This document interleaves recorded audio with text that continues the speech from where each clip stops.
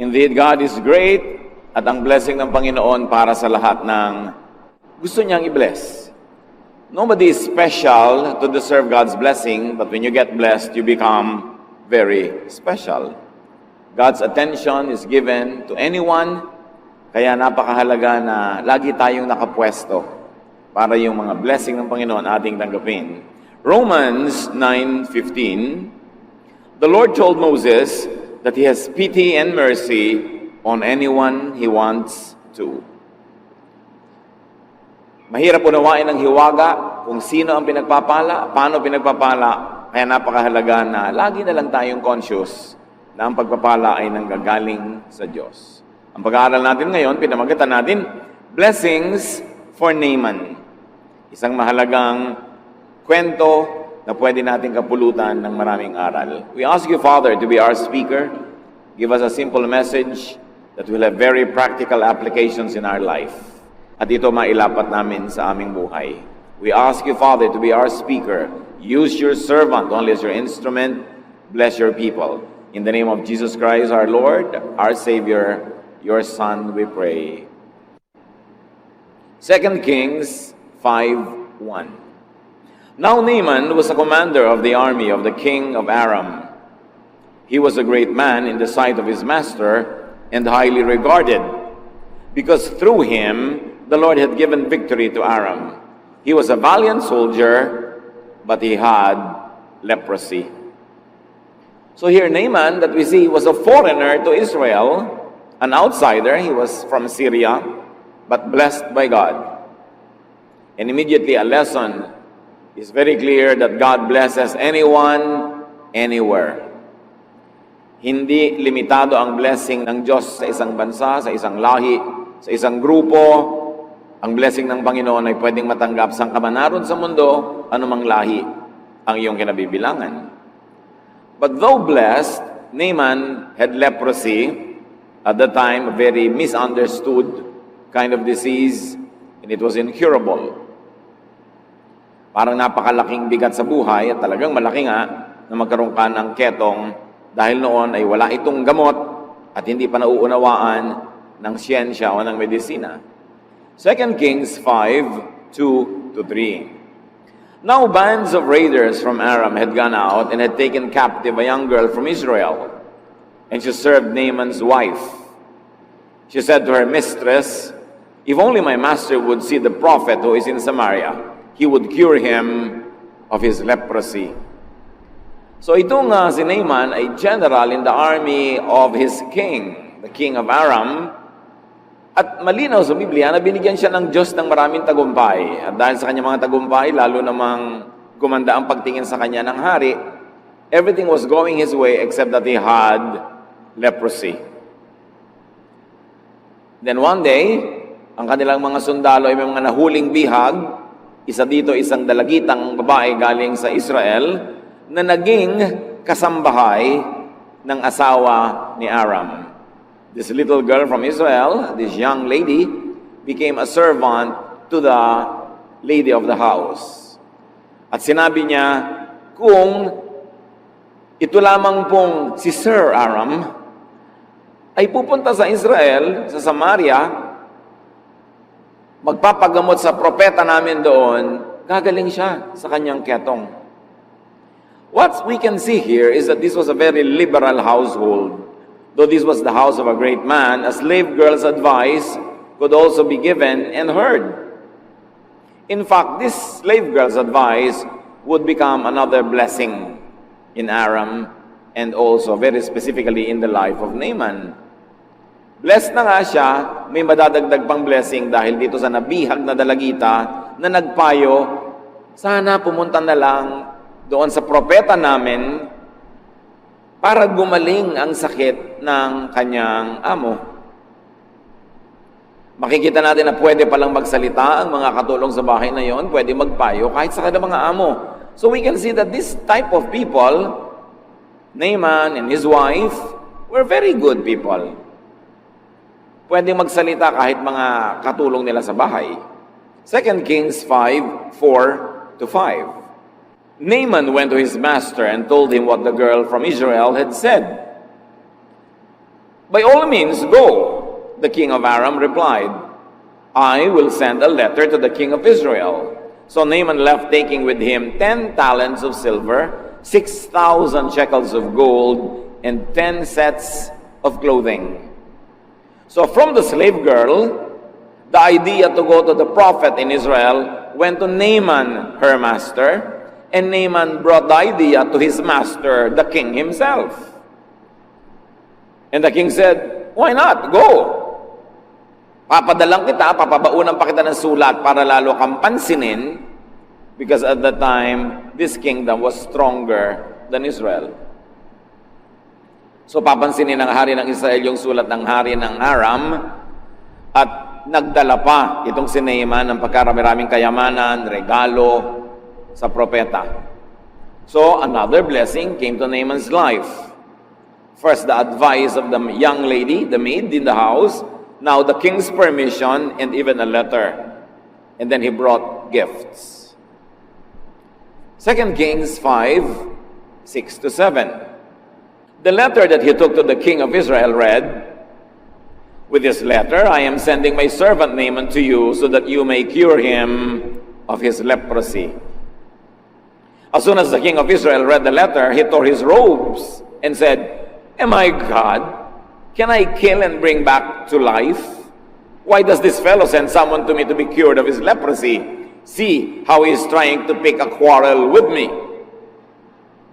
Either there was a miscommunication, the king of Aram thought that the king of Israel was the one who had the power to heal, or it was just a general letter asking the king to move whoever was in his kingdom that could heal Naaman.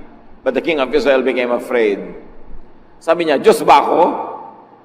Bakit itong hari na to sa kabilang kingdom nagpapadala sa akin ng ganitong uri ng request na pagalingin ko itong leprosy ng kanyang tauhan? Sigurado humahanap yan ng away. Na pag hindi ko napagaling, magkakaroon siya ng excuse para tagirahin at mananalo sila dahil mas malakas sila sa atin kesa ngayon." So it was one king's expectation and request that sounded like a demand, and another king's concern and fear. Pag merong miscommunication, laging maraming fear. Kaya dapat nagkakalinawan, ano ba talaga ibig mong sabihin? Ito ba talagang iniisip ko ang iniisip mo? So ninervyos na alarm itong hari ng Israel. 2 Kings 5:8. When Elisha, the man of God, heard that the king of Israel had torn his robes, and to tear one's robe means to mourn, magluksa, malungkot ng sobra, he sent him this message, "Why have you torn your robes? Have the man come to me, and he will know that there is a prophet in Israel." Iba talaga magsalita yung mga God-anointed prophets, walang pangingimi kahit hari ang kausap. Sabi niya sa hari, bakit naman kailangan pang magdrama ka? Bakit kailangan mo pang pilas-pilasin yung mga suot mo? Ba't di mo nalang ipadala sa akin nang malaman niyang hari ng Aram na may propeta ang Diyos sa Israel? Malinaw yung statement, hindi yung hari ang gagamitin ng Diyos, yung propeta ang gagamitin niya. Sabi ni, very indirectly, sabi ni Elisha, nagkamali siya, ba't siya sa hari pumunta? Dapat sa akin. So papuntahin mo na lang sa akin nang malaman nila na kumikilos ang Diyos sa Israel sa pamamagitan ng kanyang propeta. So if we're going to trace the idea, it came from the Lord, of course, but it was, on human terms, from the slave girl. To Naaman, to the king of Aram, to the king of Israel, and now to the great prophet, Elisha. Ang layo ng narating ng idea. So, meron na namang isang blessing. Nakarating sa atensyon ng makapangyarihang propetang si Elisha ang problema ni Naaman, ang kanyang sakit na ketong. But we can learn something along the way. Do not inhibit a good idea, especially if it's godly, no matter who thought of it first. Kahit nakatulong, alipin, bihag ang nag-isip, if it's a good idea, it's a good idea, no matter who thought of it first. Hindi tayo ang may ideya, hindi tayo magkaka-credit, papatayin mo na yung idea. In fact, that idea came from God. We like to think that even the very reason why that girl was captured was to bring her to the household of Naaman to bless him. Like Joseph was a slave in the house of Potiphar to bless the entire empire of Egypt. God could talk to, and God could send and use anyone. Kahit mga taong mukhang mababa ang kalagayan sa lipunan, kung gagamitin ng Diyos, magiging napakamakapangyarihang daluyan ng kanyang pagpapala. 2 Kings 5:9. So Naaman went with his horses and chariots and stopped at the door of Elisha's house. Ang lakas ng dating ni Naaman. Nung dumating siya sa palasyo ng hari ng Israel, bagay yung kanyang retinue, ang kanyang mga wangwang, ang kanyang mga escort, ang mga kabayuhan. Pero nung pumunta siya sa bahay ng propeta, a very humble house, mukhang OA ang dating niya. Hindi bagay itrato ng mga political and military leaders ang mga servants of God that way. Ang lakas ng dating. So bibilhin ba ni Elisha ang drama nitong si Naaman na ang lakas ng dating? 2 Kings 5:10, Elisha sent a messenger to say to him, "Go, wash yourself 7 times in the Jordan, and your flesh will be restored, and you will be cleansed." Hindi hinarap ng propeta ang dumating na bisita. Hindi siya tuminag sa kanyang kinalalagyan, pinalabas niya ng bahay ang isa niyang katulong at sinabi dun sa dumating, "Alam na po kung anong pakay nyo, ang payo, pumunta kayo sa river ng Jordan at ilublob nyo ang inyong sarili 7 beses. Bilangin nyo, lublob, ahon, 7 beses. Gagaling ang inyong mga sakit na yan, kayo'y malilinis." Ikatutuwa kaya ni Naaman ang ganong payo. So in other words, dinedma ng prophet yung pomp and pageantry ni Naaman. The prophet was not amused. The prophet was not impressed with the show of force. After all, the show of force is empty. Because if he was really powerful, he would not be there seeking the ministration of the prophet. So dapat inilagay niya ang sarili niya sa tamang lugar. Spiritual people should not be too impressed with power or wealth. And this is one of the measures that you can see how spiritual people are. How they not get too impressed with wealth or power. Because they are tuned in to another dimension, to another power, to another vision, to another world view. 2 Kings 5:11. But Naaman went away angry and said, "I thought that he would surely come out to meet me, stand and call on the name of the Lord his God, wave his hand over the spot, and cure me of my leprosy." This was the way of the pagan priests. Ang inaasahan ni Naaman, isang magandang show. Sabi niya, yun lang. Hindi ba niya kilala kung sino ako? Ang lumabas lang dito sa akin katulong para sabihin lang maglublob ako sa ilog nila. Hindi man lang siya lumabas. Ang inaasahan ko, lalabas siya, titindig siya ng buong tikas at buong lakas siyang tatawag sa kanyang Diyos. Wawagayway niya ang kanyang kamay and instantly gagaling ako. Yun ang mga drama kasi ng mga pagan priests na nakasanayan itong si Naaman. Hindi niya alam yung understated style of really spiritual people. Hindi niya nagustuhan na hindi siya hinarap. 2 Kings 5:12, "Are not Abana and Pharpar, the rivers of Damascus, better than all the waters of Israel? Couldn't I wash in them and be cleansed?" So he turned and went off in a rage. Sabi niya, Jordan, ilog ba ang tawag mo dyan sa kaprasong kanal na yan? At talaga naman, kung i-compare nyo ang Jordan sa mga ilog ng Damascus, para lang talagang maliit na kanal, puro pa putik. Alam nyo ba, pag tumungtong ka sa Jordan, aahon yung katakot-takot na putik. Aesthetically, hindi naman talaga siya big deal na ilog. Naging big deal lang, yun lang naman kasi kaya isang ilog ng Israel. So sabi nitong si Naaman, hindi pa ba sapat ang magagandang ilog namin sa aming bayan? Na mas maganda pa kahit pag samasamahin mo ang lahat ng tubig sa Israel? Hindi ba ako pwedeng doon na lang maligo at malinis?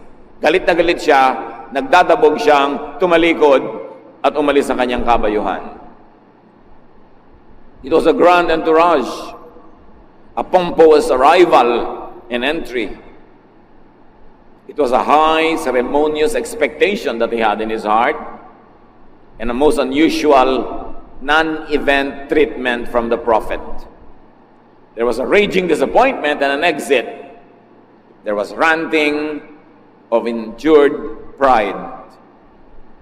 Naturally, if you're used to attention, especially to earthly, worldly attention, you would want to expect that from everybody, but never expect it from spiritual people. Not that they are snobbish, it's just that they are not impressed. Because they are tuned in to other things that are spiritual. And perhaps that's a medicine that Naaman needed. A humbling. Dahil matagal na siyang hindi na-humble. And this is the way of some rich people today. The very rich, the very so-called educated and prominent churchgoers, they also want and demand such attention. This breed of people are still alive and well. Umalis siya, pinakinggan niya ang kanyang damdamin, ang kanyang dabog, pero umalis siyang may sakit pa rin, di pa rin siya gumaling. So umuwi siya sa kanyang bahay, inaasahan ng mga katulong niyang mananampalataya na galing na siya, pero nakita, ay may leprosy pa, walang nangyari. Sabi niya, anong nangyari? 2 Kings 5:13, Naaman's servants went to him and said, "My father, if the prophet had told you to do some great thing, would you not have done it? How much more then when he tells you, wash and be cleansed?" Again, these servants had the freedom to speak out. And it is to your credit if people under you can speak out. Especially if they can speak out for your well-being. Sabi niya, "Tatay, kung yung pong propeta may ipinagawa sa inyong mas mahirap, di ba para gumaling kayo, gagawin nyo? Kung ipinahuli sa inyong ibong Adarna, baka hulihin nyo talaga. Kung ipinasisid sa inyo ang dagat, kung ipinasakop sa inyo ang lahat ng mga kaharian dyan, gagawin nyo. Tapos maglublob lang sa ilog, di nyo pa sinunod. Gaano ba naman kahirap yon? Naaman was too great to be blessed. No one can be too small to be blessed, but some people are too big to be blessed. At yun ang attitude ni Naaman. So here comes another common advice, another common sense from very common people that many people of high stature miss. Sabi niya, ba't di na lang yung sinunod? Madali namang gawin. Madali sa mapagpakumbaba. Pero hindi madali sa may yabang at angas sa buhay. Una, nainis na siya na hindi siya hinarap. Katulong lang humarap sa kanya, hindi niya opposite number. Pagkatapos, ang liit-liit ng ilog, parang ganun lang. Hindi ba ako magmumukhang nauto, mukha naman akong chip, nasusundin ko yan, yun lang. Hindi tuloy siya gumaling. Pero nung payuhan siya na kanyang mga katulong, pati nyo na lang gawin. Ito talaga, hanap naman kayo ng kagalingan. 2 Kings 5:14, so he went down and dipped himself into Jordan 7 times, as the man of God had told him, and his flesh was restored and became clean like that of a young boy. So malinaw na Diyos ang nagpagaling. Not because of the river, not because of the grandness or beauty of the river. In fact, he was healed in spite of the river.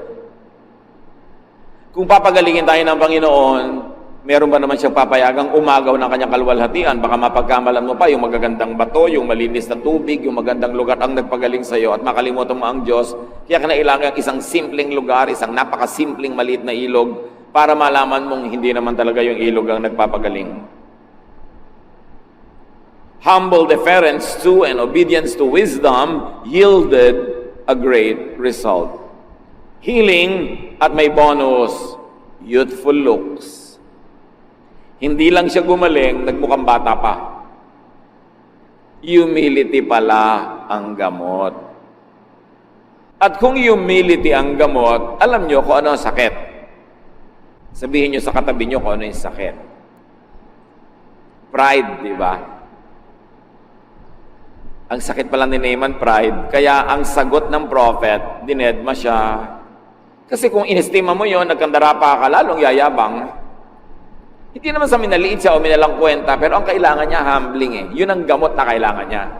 Kaya pala siya pinalulubog 7 beses, ba't hindi na lang 1 beses? Di ba kailangan humble ka para magpalubog-lutang, lubog-lutang ka doon? Kailangan may humility ka. Para kang batang sumunod na lang. But unless you had a childlike faith, you will never really receive much from God. As soon as he listened to the advice of his servants and did such a humbling thing as dipped 7 times in that muddy river, he got healed. It's the Lord, not the river, that healed him. So huwag kayong magpadala sa mga racket ng mga deboting tubig na galing sa Jordan. Mga deboting langis na galing sa Holy Land. Anong holy doon? May holy bang land? Land cannot be holy because land is non-living and only the living are capable of righteousness or sinfulness. Walang holy land. Gimmick lang yan ng tourism. But if you like to visit for the historical value, good. Pero huwag kayong papauto na holy land. Magpe-pray ka sa Garden of Gethsemane. Sa garden nyo rin na puro makahiya at okra, nandun din ang Diyos. Hindi nyo kailangan pumunta doon para mag-pray. Pero kung gusto nyo makita, not bad. Pero kayong pauto sa mga holy land, holy oil, holy water. Walang ganun. Ang Diyos ang nagpapagaling. Kaya nga pagkarumi-rumit, maputik na tubig pa yung ginamit eh. 2 Kings 5:15. Then Naaman and all his attendants went back to the man of God. He stood before him and said, "Now I know that there is no God in all the world except in Israel. So please accept a gift from your servant." Mula sa bahay, nagpunta sa ilog ito, malayo yon ha. Naglubog-lubog siya doon at nung gumaling, hindi mo na umuwi, tumuloy sa bahay ng propeta minus the pomp and pageantry. This time, bumaba na siya sa kanyang kabayo, tumindig siya sa harap ng bahay ng propeta hanggang nilabas siya. May natutunan si Naaman. Dapat mong ilugar ang sarili mo before the man of God. Huwag kang magyabang dyan. Dahil hindi naman ikaw yung man of God, siya. At siya nga hindi mayabang eh. So humility, recognition, and gratitude ang nakita natin na isinunod na ginawa nitong si Naaman. A clear expression of thankfulness. He brought a lot of gifts. Kailangan, yung pagtingin sa ilog na to should not be a source of misplaced national pride. Hindi dahil sa Israel nangyari yon, hindi dahil sa ilog na yon, kundi dahil sa Diyos. Dahil alam nyo, nung panahon na yon, napakaraming may ketong sa Israel, walang pinagalingang Diyos ni isa. Sa katunayan, sabi sa 2 Kings 5:16, the prophet answered, "As surely as the Lord lives, whom I serve, I will not accept the thing." And even though Naaman urged him, he refused. Hindi tinanggap ng propeta ang mga regalo. It was a dignified and polite refusal befitting an anointed prophet. But you should take note that Elijah's refusal must have had a context. Siguro may dahilan na hindi natin alam, hindi na ipinaliwanag sa Biblia, may dahilan. Baka yumabang na naman tong Naaman pag tinanggapan mo ng regalo. Pag yumabang siya, baka bumalik yung ketong niya. Kasi yung pala ang gamot sa ketong niya, humility. Pagka na naman tinanggapan, baka lumaki ulo. Marami kasi nagre-regalo, pero pag tinanggap mo, para ka na niyang property dahil naregaluhan ka na. Pagka ganun, huwag mong tanggapan. Dahil may strings attached. Elijah's refusal is not to be considered to be an be-all template for all situations. There are gifts coming from grateful hearts and humble behavior that are good to be received. Pero dapat discerning ka Kumisan yung gifts kasi binibili mo na yung tao. Nabigyan mo lang, tinanggapan ka lang, kala mo ka na kung sino mag-demand. Yun ang hindi dapat tinatanggapan ng gifts. So ayaw tanggapin ng propeta yung mga regalo. After all, hindi naman niya kailangan. Simple lang ang buhay niya. So hindi niya kailangan yung mga ginto na yon, yung mga damit na yon. Hindi naman siya maraming mga events sa kailangan niya yon. So hindi niya tinanggap. 2 Kings 5:17, if you will not, meaning if you will not receive these gifts, said Naaman, please let me, your servant, naku, siya na ngayon ang servant ng prophet, marunong nang siyang lumugar ngayon. Please let me, your servant, be given as much earth as a pair of mules can carry, for your servant will never again make burnt offerings and sacrifices to any other god but the Lord. Well-traveled itong si Naaman, exposed siya sa maraming religions, exposed siya sa maraming philosophies, pero ngayon lang siya gumaling from his leprosy. Mayroon siyang napatunayan. Sabi niya, kung hindi niyo tatanggapin ang regalo ko, ako ang may hihingin. Bigyan niyo ako ng lupa, kakalkaling ko mula dito sa lugar na ito, na kayang dalhin ng 2 buriko. Iuuwi ko sa aking tahanan, gagawa ako ng dambana, ng altar, at doon na ako gagawa ng mga offerings. Hindi na ako gagawa ng offering kung kani-kaninong Diyos. Mag-o-offering ako sa Diyos na nagpagaling sa akin. So Naaman wanted to build a portable altar, a tangible piece of intangible spirituality. That's what he wanted to bring home. But remember, this is more symbolic than practical. If it's not the river that healed him, then it's not the soil that mattered either. Hindi yung tubig, hindi yung lupa, hindi yung oil, hindi yung merchandise. But because we are made of flesh, we want something tangible.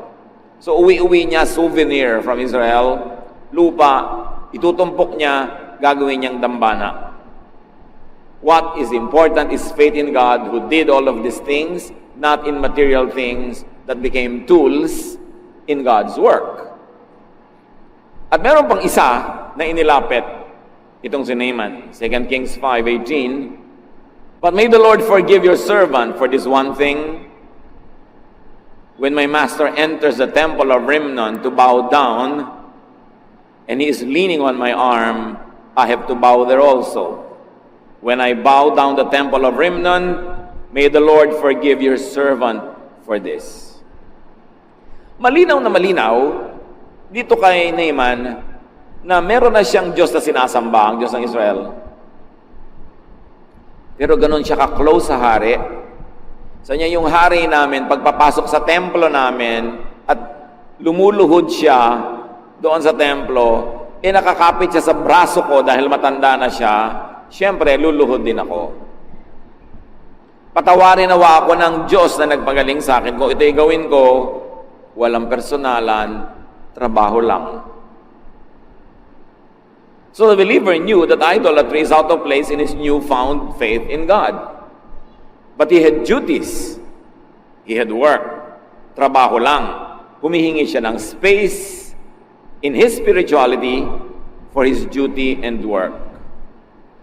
Kung ngayon nagpaalam yan sa mga born-again leaders, hindi yan papayagan. Pero pinayagan kaya. 2 Kings 5:19, sabi ng propeta, go in peace. Elisha said. In other words, this Elisha had such a broad mind.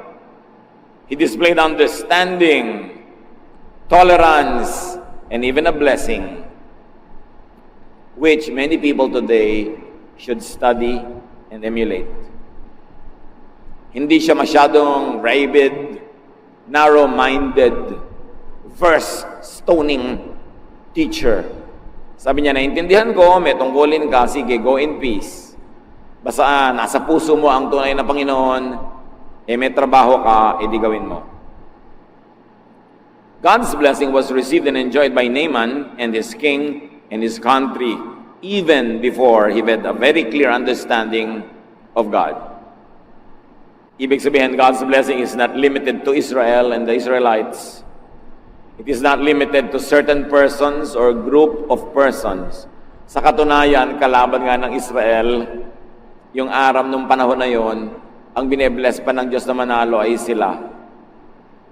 At binless pa sila na makabihag ng mga bata at mga dalagita na siyang naging dahilan para mapayuhan si Naaman.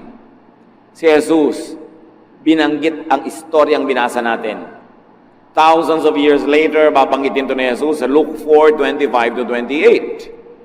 Once during the time of Elijah, there was no rain for 3.5 years, and people everywhere were starving. There were many widows in Israel, but Elijah was sent only to a widow in the town of Zarephath near the city of Sidon. Sabi ni Jesus, nung panahon ng taggutom, napakaraming byuda sa Israel, walang kinupkop ang Diyos ni isa. Pero may kinupkop siyang byuda, hindi Israelite, taga Zarephath. And verse 27, during the time of the prophet Elisha, yung binasa natin ngayon, many men in Israel had leprosy, but no one was healed except Naaman who lived in Syria. When the people in the meeting place heard Jesus say this, they became so angry. Israelites had always been used to thinking of themselves as special, as favored, and Jesus shattered that myth, that self-centered, ethnocentric myth. At marami pang beses uulit-ulitin niya ni Jesus. Sasabihin niya, I've never seen a faith like this in Israel, but the faith of this Syrophoenician woman is impressive. Sasabihin niya, I've never seen faith like the faith of this centurion. This I have never seen among Israelites. Ipinapakita ni Jesus na minamatyagan, tinitignan ng Diyos ang lahat ng tao sa buong mundo. At ang Diyos ay humahanga, si Jesus ay humahanga sa pananalig, kahit ang nananalig ay hindi Israelite. At itong si Naaman, sabi niya, sa dinami-rami ng may ketong noong panahon ni Elisha, sa bayan ng Israel, walang pinagalingan Diyos. Isa lang, si Naaman, hindi pa Israelite. God blesses whom He likes to bless. Walang sino man na may exclusive franchise for blessing. Romans 9:15, the Lord told Moses that He has pity and mercy on anyone He wants to. Another lesson is that more blessings could await those who are already blessed, if only they were humble and obedient to godly counsel. Blessed na si Naaman, kaya lang may ketong. Ang spiritual cause pala nito, pride, kaya ang reseta, humility. And when he ate his humble pie, he got healed. God could give counsel through slave girls. Huwag nating mamalitin ang sinuman, maaaring gamitin ang sinuman ng Diyos na daluyan ang kanyang pagpapayo tungo sa ating buhay. Don't feel superior to anybody because anybody could be used by the Lord to speak to you. God could speak through donkeys, as we have seen in the Bible. God could provide food through unclean ravens, as God fed Elisha. And God could protect His servants through a prostitute in the story of Rahab. Nobody is beyond redemption, and nobody is so badly situated that God could not use her or him. Dapat nakabukas ang ating mata, ang ating tainga sa pagpapala ng Diyos kahit kanino padaanin. Huwag kang mamili. Huwag mo sasabihin, sino ba ang teacher sa Bible study class? Baka mas educated pa ako. Baka mas mayaman pa ako. Baka mas maganda pa yung bahay namin kaysa doon sa lugar ng Bible study na yan. Walang ganong-ganong yabang na dadaling ka pag lumalapit ka sa Diyos para gumaling ang iyong mga ketong at lahat ng tao may leprosy.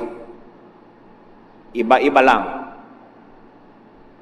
Yan napakahalagang suriin natin mga sarili. Baka blessed na tayo, kaya lang, yun yung kaya lang eh. May sabit, may kulang, o may sobra. At maaaring ang dahilan, tulad nito kay Naaman, kailangan mo pala maglublob ka sa ilog mo, ano man yun. Baka merong taong kinawawa mo noon, dapat bumalik ka sa kanya at mag-sorry ka. Yun ang ilog na lulubluban mo. You're humbling of yourself para mawala ang iyong leprosy. Baka may pinagyabangan ka noon na kailangan ngayong bumawi ka, magpakumbaba. Baka meron ka napakataas na sinabi na kailangan mong bawiin. Ano man yon mga kapatid, sayang ang pag-upo nyo dyan pag hindi natin inisip na there is a Naaman in all of us. And there is that leprosy in all of us. And there is that humbling act that we should do to receive God's healing and God's blessing.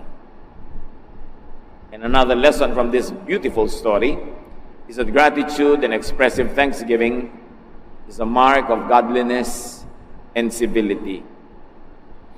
Kung ikay natulungan nino man, kailangan magpasalamat ka at ipahayag mo ang iyong mga pasalamat sa anumang kaya mong paraan. Si Naaman, palibas at marami siyang material na kabuhayan, yan ang kaya niyang expression na ibigay. Pwede namang magbigay ka ng atensyon, ng serbisyo, tulong, ano man yon. Pero sa sino mang gumagawa ng mabuti sa atin, dapat tumatanaw tayo at marunong tayo magsukli ng kabutihan din. Huwag ka lang tanggap ng tanggap. Mga Kristiyano, pagka nagpunta sa psychiatrist, ang mahal-mahal ng bayad. Pag nagpa-counsel sa mga counselors, TY, kahit malang isang atis na bulok, wala malang iabot. Papray ng papray kung kani-kanino, ginigising mo na madaling araw pag hindi ka makatulog, naliligalig ka. Kahit man lang isang choknat, hindi mo maabutan. Pero willing na willing ka magbayad sa mga mahal na hindi ka kakilala at wala namang malasakit sa iyo. A really grateful heart will always express it in ways that you can. And another lesson is that one's personal spirituality and profession and work could coexist. Marami nagtatanong, nagtatrabaho po ako sa ganitong lugar na sa tingin ng maraming Bible teachers, hindi dapat nagtatrabaho doon ang Christian. Yun lang po ang trabaho ko ngayon, nakilala ko po ang Panginoon, nagkaroon ng spirituality. Anong gagawin ko sa buhay? Anong ginawa dito ng propeta? Sabi niya, go in peace. Trabaho mo yan Ngayon, kung hindi ka at isa trabaho na ito dahil naliligalig ang iyong spirito, tiyakin mo lang na naliligalig dahil nga sa udyok ng Diyos at hindi dahil lang na-brainwash ka ng kung sinong religious person na pinapaniwala kang masama ngayon. Baka naman siya lang may ideya at hindi ang Diyos. Pero kung sakali nga, nalabag sa pagiging maka-Diyos, yung ginagawa mo, hindi maghanap ka ng iba, pero habang hindi ka pa nakakahanap, lalo't may pananagutan ka sa buhay, may mga pinapakain ka, sabi ng propeta, go in peace. Walang personalan, trabaho lang. Maluwag ang Diyos nami-mispackage lang siya and misrepresented ng mga mahihigpit na religious leaders. Pero kung ang Diyos talaga ang pupuntahan mo at yung mga propetang tunay, you will fall in love with God. Kasi ang bait-bait. Ang luwag-luwag kasama, hindi nakakasakal. Pag nakakasakal, hindi yun galing sa Diyos. Kasi hindi naman bumaba si Jesus sa lupa para kasakalin. Alam nga naman ang mission niya, manakal. So pag ang feeling mo, nasasakal ka, there's something wrong. Either with the teaching or with the interpretation. If you have conflicts in your mind about your profession and your spirituality, at least in and as a transition period, stay there until you find a better job. But to drop what you're doing and go hungry, hindi naman yun ang kalooban ng Diyos para sa iyo. At hindi mo kailangan gawin yun para patunayang maka-Diyos ka nga. We have to be liberated from these icons. Sometimes Bible-based Christians are so angry with idols, idolatry. Yung mga idols made of wood, of stone, of steel, of whatever. But Bible-based Christians also have many idols. And what are these? Theologies that misrepresent God. Theologies that do not present the true image of God, but shows only the interpretation of the religious. Idol din yun. Mas delikado yung idol na minimisrepresent mo ang Diyos. Na ang Diyos ay laging galit, laging nagpaparusa, puro bawal. It is a misrepresentation of God. Mature spirituality could and would understand other people's boundedness to duty and profession. Meron pa naging Kristiyano pero nasa military o police. So alam nga namang hindi ka na manghuli ng masama at hindi ka na mamaril kung nagbabarilan dahil Kristiyano ka. I-apply natin itong istorya sa tunay na buhay para magkaroon ng kahulugan sa atin. Sabi ng prophet, go in peace. Then settle it later. But for now, you are in a transition period, go in peace. Darating din yung kaayusan na yan na hinahanap mo. Mature spirituality could and would be tolerant of people's realities and even beliefs. You don't walk into people's lives and rearrange them the way your religion tells you to. You respect people and you let them process their spirituality in their time, at their pace, in their context. Naaman was a believer, though not fully aware of it. Maraming mga tao naniniwala sa Diyos, hindi lang nila alam na naniniwala pala sila, pero yung kilos, asal, gawa nila, nagsasabing mananampalataya sila. Kaya bine-bless ng Diyos si Naaman. May kulang lang yung inayos, the humbling part. But in all other aspects of his life, he was already blessed. Marami mga mananampalataya, hindi lang articulated ng theology sa kanilang pananalig nila sa Diyos. At kadalasan, makikita niyo sa Biblia, dinadala sila ng Diyos sa mga taong makakapagpaliwanag ng kanilang isip at makakapag-fine-tune ng kanilang pananalig. Ginawa niya yan kay Cornelius, ginawa niya yan sa Roman centurion, at ginagawa ng Panginoon sa sino man na meron ng likas na pananalig sa Kanya, inilalapit niya lalo sa Kanya at gumagamit siya ng mga instrumento. What is your leprosy that could be healed by listening to a humble person's advice, that could be healed by humbling yourself and by dipping in your own Jordan River? Panginoong Diyos, turuan niyo po kami na ilapat ang kwento sa buhay namin dahil hindi naman dekorasyon ang kwento na ito. Ito'y tungkol din sa amin. Bigyan niyo kami ng spiritual eyes. Give us spiritual eyes to see who we are in this story so we can benefit from it. And we pray, O Lord, that as Naaman benefited from enlightenment, you will give us that enlightenment so we could do what should be done, correct our lives, and get more blessing from you and glorify you more in our lives. Pagbulay-bulayan natin ang kahulugan nito sa ating buhay at nawa ang ating kani-kanyang mga leprosies pagalingin ng Diyos sa ating pagsunod sa Kanya at pagsunod sa makadiyos na payo. Dear Lord, as your people humble ourselves before you, enlighten us so we could learn from this powerful story.